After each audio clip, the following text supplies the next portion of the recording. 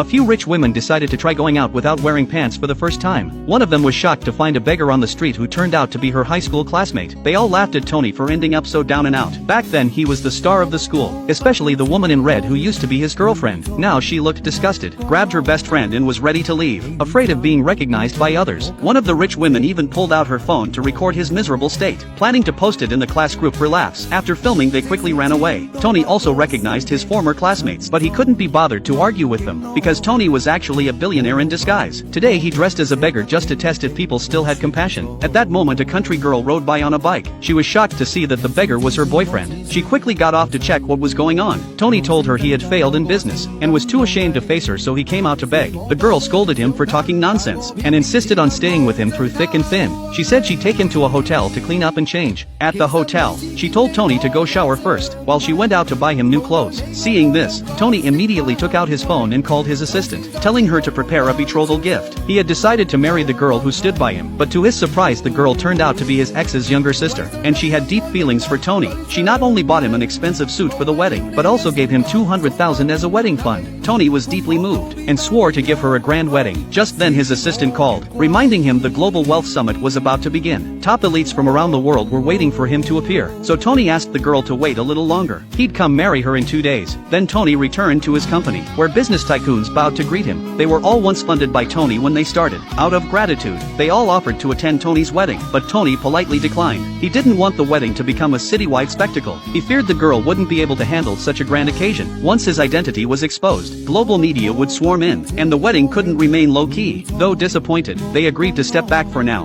Meanwhile, the girl in her wedding dress was full of happiness, imagining her future life with Tony. Suddenly her cousin barged in, and was puzzled to see her in a wedding dress, until she spotted the wedding photo on the table. Then everything clicked. She immediately mocked the girl for marrying a beggar she had dumped, and who lived by begging. Hearing this the mother flew into a rage, but the girl still insisted on marrying him. The cousin, seeing she couldn't persuade her, whispered something to the mother. The mother nodded and agreed to the wedding, but insisted on calling Tony herself to confirm his sincerity. The girl thought her mother had good intentions, so she handed over the phone without hesitation. But once outside, the mother changed her tone, and told Tony her daughter had changed her mind. She didn't want to marry a beggar anymore. Tony was stunned. Before he could react, the mother hung up amid a string of insults. Faced with this sudden change, Tony was confused, but still believed the girl wouldn't be so heartless. He told his assistant to hurry to the scene, unaware it was all a scheme by the cousin, who quickly gave the mother another wicked idea. Soon the mother gathered some villagers, saying a thug was coming to force a marriage, and asked them to block the road.